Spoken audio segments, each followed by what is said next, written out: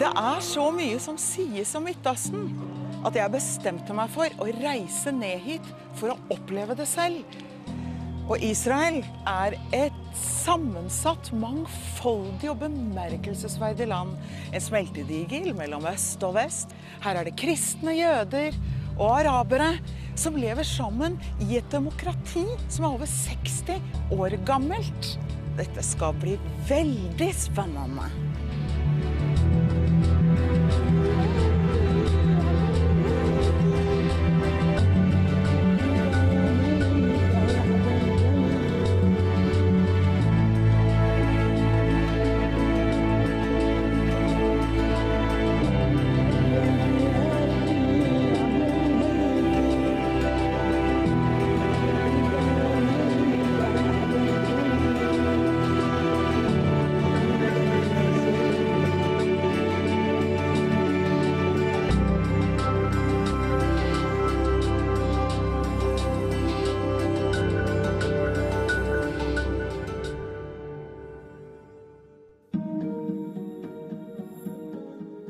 Over den vakre byen Jerusalem hviler en bemerkelsesverdig og uventet fred. Hvor vi enn går, treffer vi arabere, jøder og andre som om hverandre ønsker oss velkommen og forteller med stolthet om deres hjemland. Det jo dette som var det tradisjonelle Midtøsten, der disse gruppene levde sammen i relativ fred i hundrevis av år. I dag skal vi snakke med en av Midtøstens eksperter om alt fra Hamas til den tidvis unyanserte fremstillingen av det liberale, frisinnede demokratiet Israel. It's such an interesting thing to come to Jerusalem and to Israel because once you get here, you see the diversity, the Arab food, the Jewish quarter, the Christian quarter.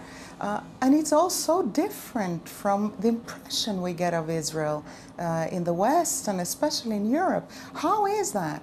Well, what you're seeing is Israel as it is, and not the descriptions of Israel that are in the press and given by other people who have very nasty ideas about what they would like to do to Israel. Israel is a very diverse country. It has a population from all corners of the earth. The Jewish population, for instance, is not mostly European. In fact, most Jews in Israel, most Israeli Jews, are from North Africa, the Middle East, and Asia. And a little bit under 50% of the Israeli Jewish population is European. And then you have the Arab population, and the Arab population is extremely diverse, between mostly Muslim, but even Christians as well as Druze. There's a very large Bedouin population, which is different than the settled Arab population. It's a very diverse country, and of course, tourists from every country in the world come and visit. And we see the distances between the places are so short as well, between Tel Aviv and Jerusalem, just an hour's drive up to the Galilee. I understand you live in the Galilee. How is that? I love the Galilee. It's wide open space. It's very diverse.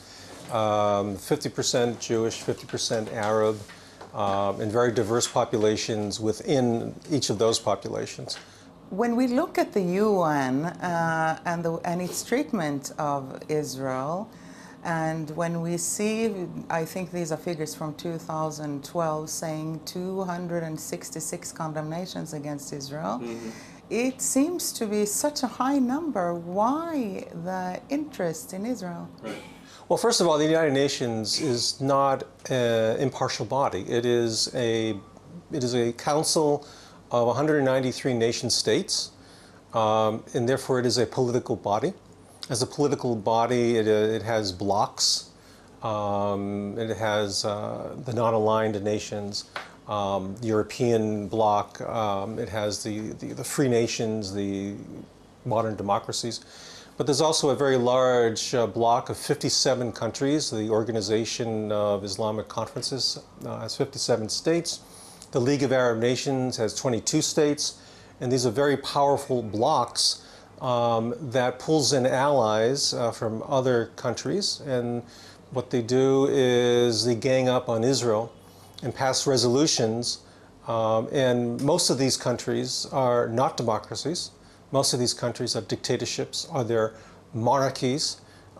They're one-man rule, and these are countries which have abominable human rights records, passing judgment on Israel. It is highly politicized, and that is the problem with the United Nations.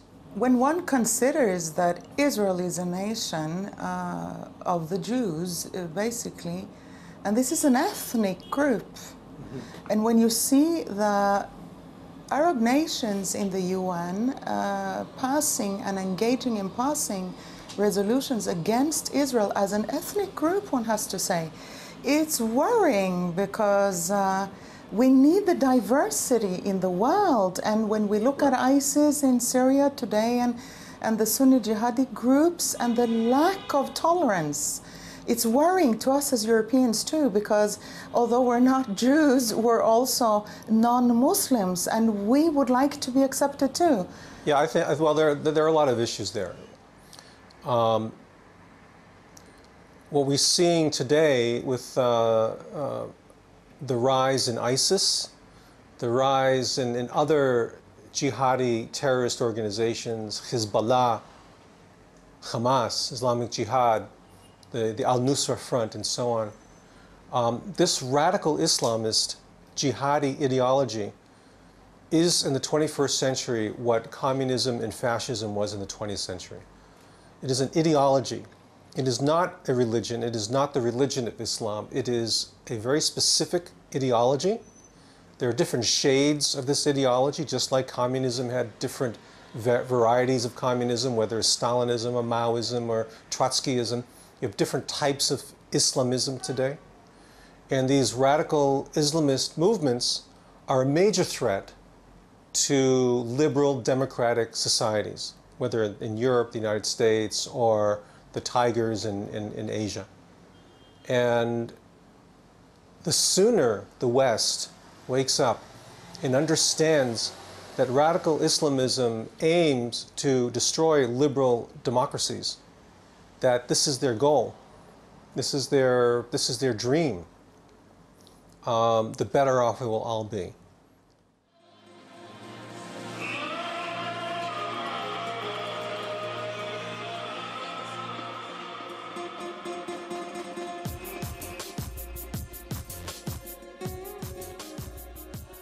Det han sier at den muslimske radikalismen faktisk en politisk ideologi. Det ikke det samme som tradisjonell islam. I en unyansert vestlig presse fremstilles islam stadig som om hele religionen til 1,2 milliarder mennesker ensbetydende med terror. Og vi forstår ikke fortvilelsen som så stor blant mange vanlige muslimer nettopp over ekstremismen. Jeg tenker på alt dette mens vi går til en arabisk restaurant for å spise. Og som født og oppvokst i Afrika elsker jeg denne maten, denne kulturen, stemningen og den arabiske musikken.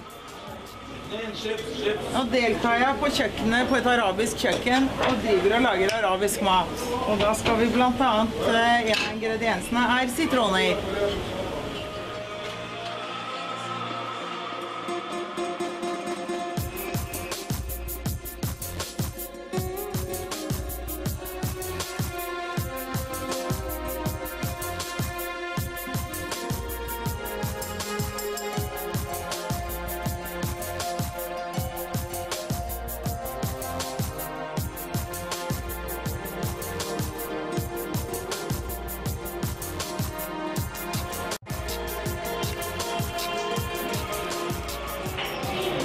Sitter jeg på en arabisk restaurant og spiser, og dette har stor verdi for meg, for jeg født og oppvokst i Afrika, og jeg vokste opp blant muslimer i Afrika, så denne maten her noe av det beste jeg vet.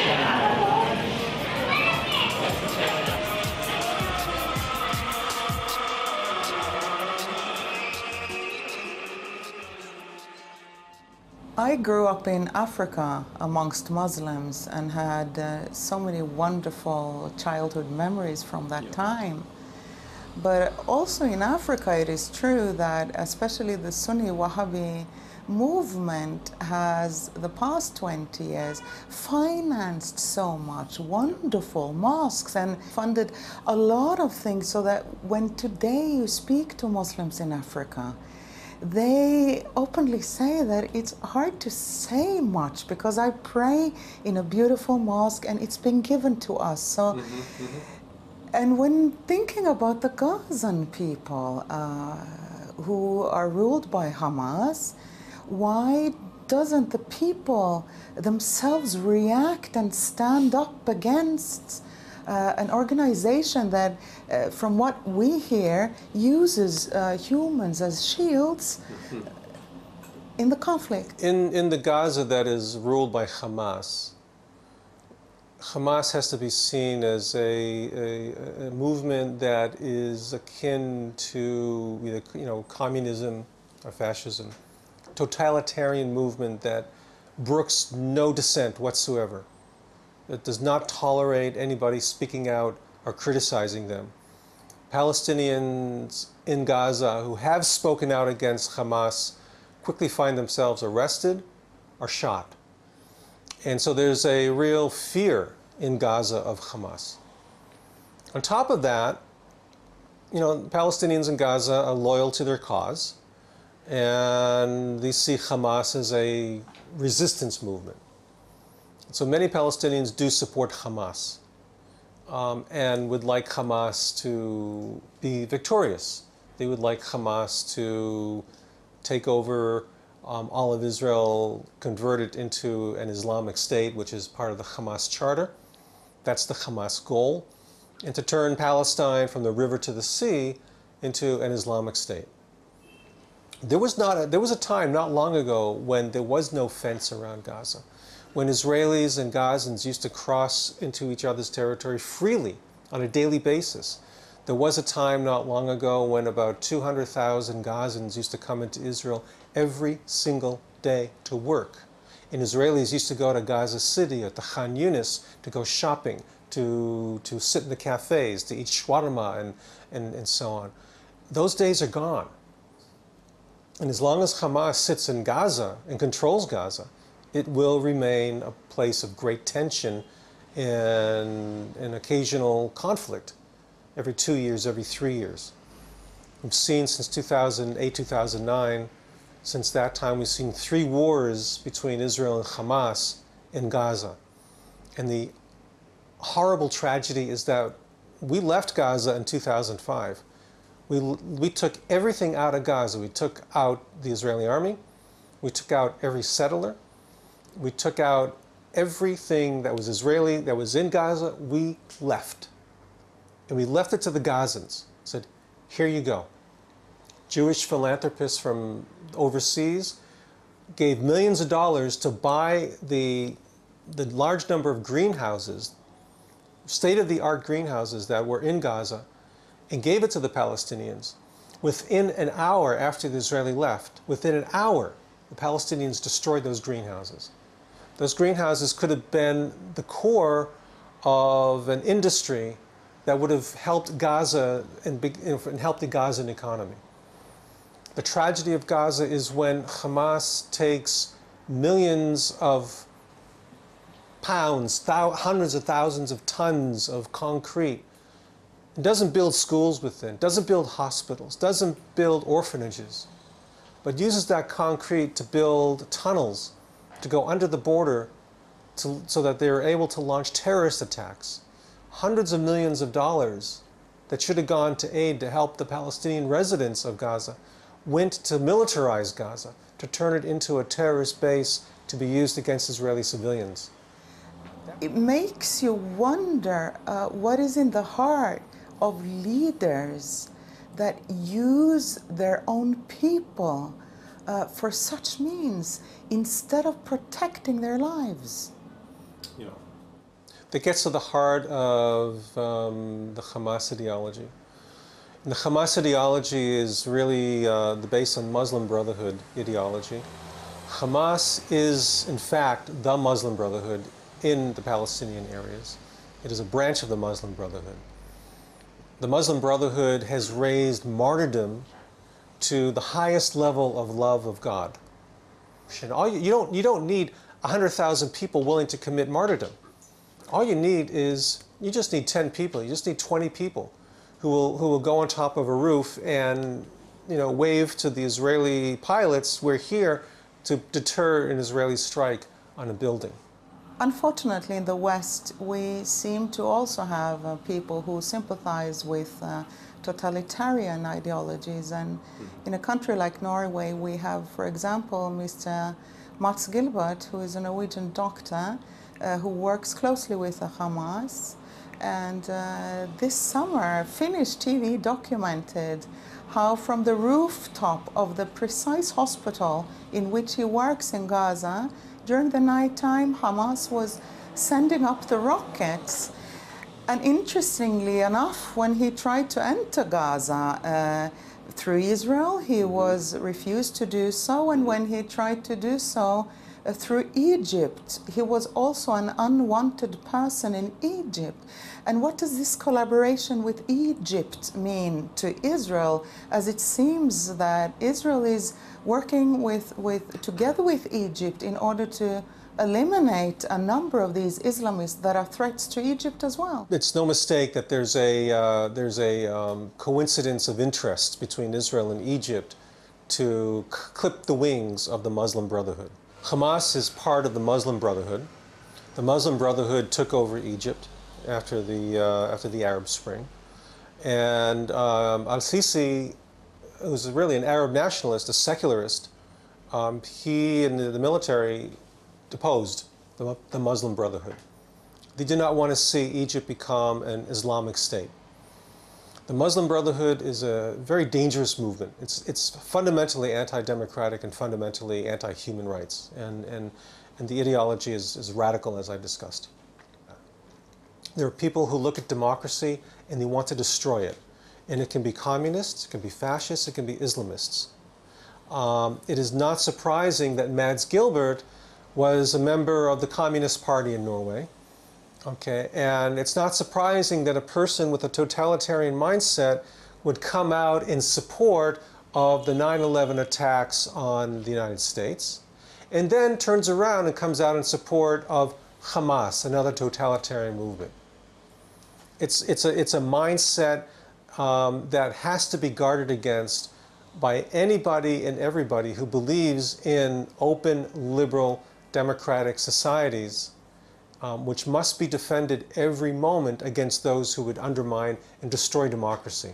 Democracy is a mess, okay? But as Winston Churchill, I think he said, democracy is the worst system in the world except for all the rest.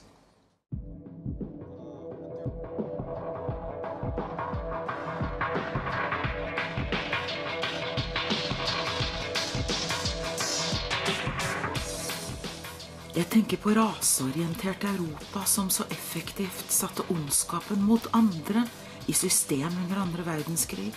Det bare noen tiår siden, og vi preges fortsatt av sterke sosialistiske ideologier, de samme som definerte førkrigstiden. Nazi forkortelsen for Nasjonal Sosialistisk Arbeiderparti. Nazismen var venstreekstrem, ikke høyreekstrem, som enkelte hevder. Respekten for at vi forskjellige viktigere enn noen gang å opprettholde.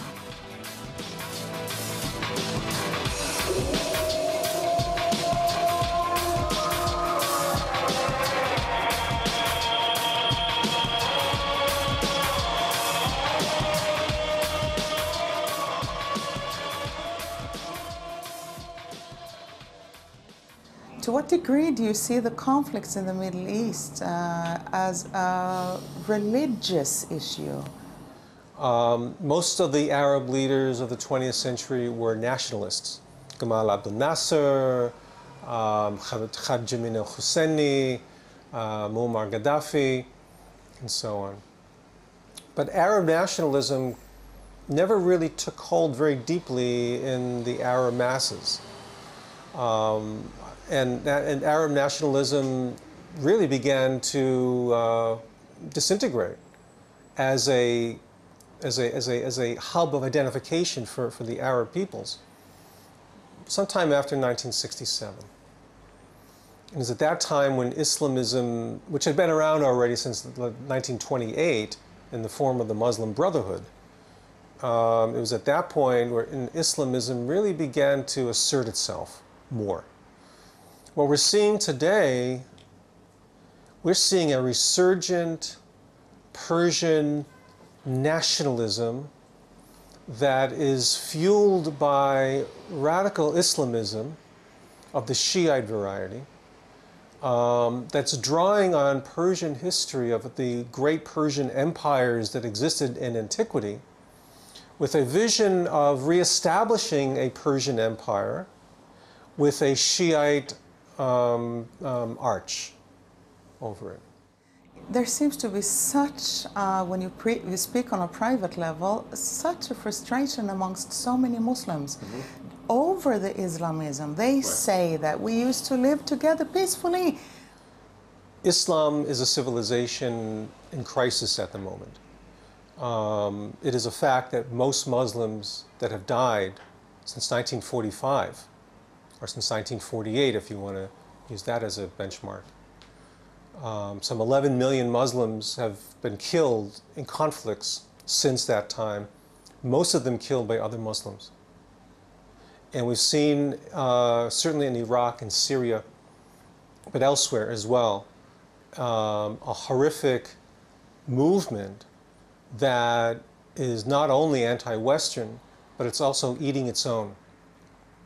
The tumult that we see in Islam today is, in its own way, very similar to the tumult that we saw in Europe in the 19th century and the 20th century, when traditional European societies confronted modernity, when barriers began to fall between religions, between ethnicities, when the idea of liberal democratic values began to take hold in Europe.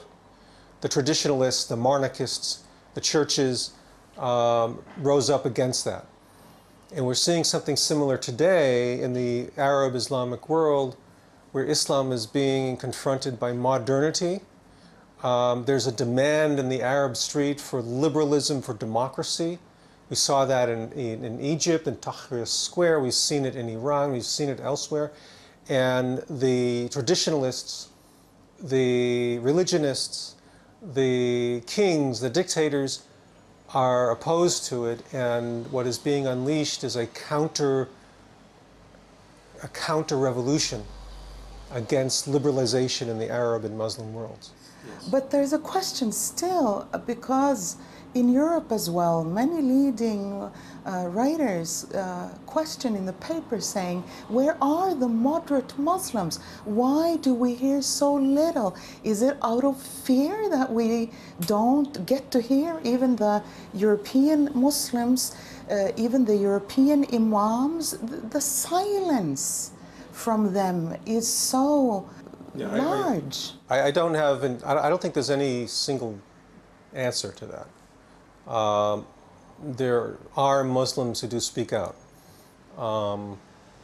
Muslim leaders, there are a few who have the strength to say, no, this is not the way, this is destructive, and we have to learn to live in the world as it is.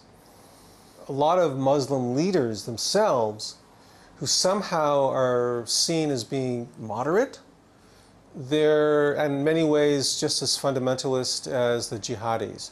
They're not telling people to strap bombs to themselves, but they're not opposing it either.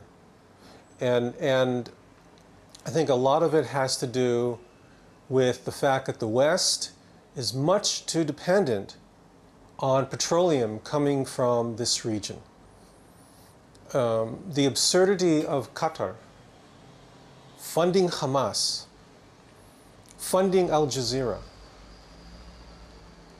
participating in a conflict here in this past summer, Israel and Gaza, against, with Hamas and supporting Hamas, and actually making the conflict worse. In the United States, a superpower is unable to rein in Qatar, in fact going to Qatar and trying to make peace with Hamas, it says everything. The U.S. is dependent on Qatari oil to some degree, but also the military bases in Qatar that the United States has makes the United States overly dependent on this tiny oil-rich country that's run by a monarch. Another part of the issue, I think, and to get back to this, especially in Western Europe, the idea of decolonization. Because there is a guilt of what previous generations of Europeans had done in Africa, in Asia, in the Third World, that there is a identification somehow of Israel as being part of the colonization process that the Europeans underwent in the 19th, 20th centuries. And I said before, it is a mistake to think of Zionism in those terms, because the Jews in Europe were a colonized people. And the genocide that took place against the Jews in the 20th century was a direct result of that colonization. And the Europeans have forgotten that. They don't want to see that. Most Jews, of course, in Europe were white. That did not save their lives. They were categorized as an inferior race and were sent to the death camps, 6 million. And it's that colonization, internal colonization. Zionism was a response to that, and the response was, we have to leave Europe because Europe is going to destroy us. And Europe did destroy the Jewish people. Now, there's a similar process in the Arab world. One of the things that we hear often coming from Arab propagandists is that Jews are not really Semites, that they are Khazars, that Jews don't belong in the Middle East because they're not racially Semitic. That Jews don't belong in the Middle East because they are not racially Semitic. And this is just another side of the National Socialist coin. It's the same argument. For the Europeans, the Jews were not European enough. And for some Arabs, the Jews are not Semitic enough. Or we ask, stop trying to identify us, stop trying to define who we are. We have the right as a people to define ourselves. That's what Zionism is about. The right to self-identification, self-determination.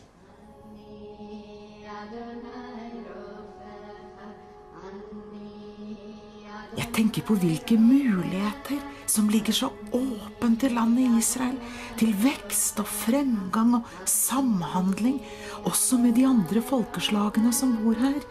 I alt fra ørkenlandskapene til fjellformasjon og de vakre strendene ved kysten det en fascinerende skjønnhet.